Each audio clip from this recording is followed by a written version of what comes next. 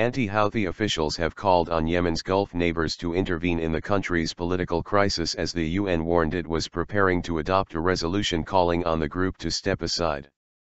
Politicians from the recently dissolved parliament met in Aden on Sunday and agreed on a 16-point statement addressing the Houthi takeover.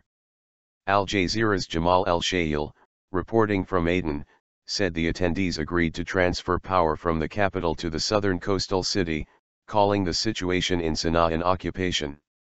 The 16-point statement also called for the formation of a collective mechanism that would look after the administrative, political, and security affairs of areas not under Houthi control. Among them is the strategic towns where oil production takes place, our correspondent said. Sunday's meeting was held to unify efforts against the Houthis and the coup carried out by them. The Houthis, whose traditional power base is in the country's north, dissolved parliament on February 6 and installed Mohammed Ali al-Houthi, a cousin of the group's leader Abdelmalik al-Houthi, as the new president. Meanwhile, the UN Security Council said it was due to adopt a resolution later on Sunday urging the Houthis to step down, release government officials and negotiate, diplomats said. A draft resolution obtained by Al Jazeera called for the Houthis to immediately and unconditionally withdraw forces from government institutions, release President Abd Rabbu Mansur Hadi and his cabinet from house arrest, and engage in good faith in unled peace talks.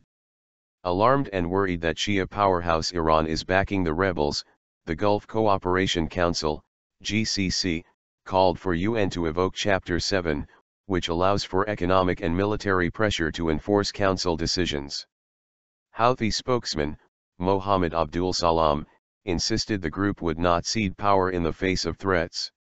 The draft emerged just 2 days after UN Secretary-General Ban Ki-moon told the Council that Yemen was collapsing before our eyes.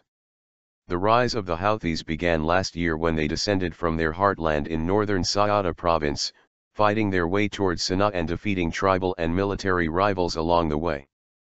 The group has repeatedly rejected accusations that it wants to restore Azadi imamate, a theocracy that lasted for 9 centuries until 1962.